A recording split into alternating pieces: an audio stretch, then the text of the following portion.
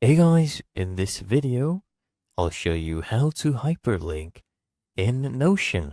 So let's say I want to hyperlink this text right here. So I just highlight the text and we'll get a bunch of more options. So this one right here is to add a link. So I can paste the link. So let's say I want to copy the link of my YouTube channel, right? You just come here and paste this link and we have a link to a web page. So if I click on this, I will be redirected to our YouTube channel right here. As you can see, there we go.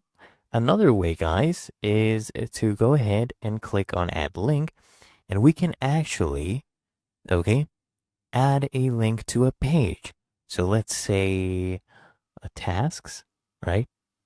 I can go ahead and add a link to this. So if I click on this, I'll be taken to this page right here. So I'll go ahead and click on that, and now we are redirected to tasks.